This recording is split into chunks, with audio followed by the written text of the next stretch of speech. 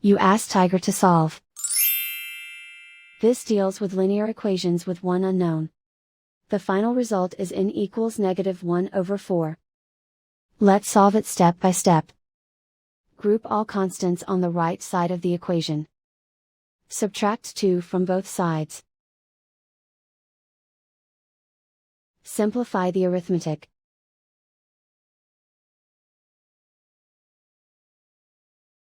Isolate the n. Divide both sides by 8. Simplify the fraction. Find the greatest common factor of the numerator and denominator. Factor out and cancel the greatest common factor. And so the final result is n equals -1/4.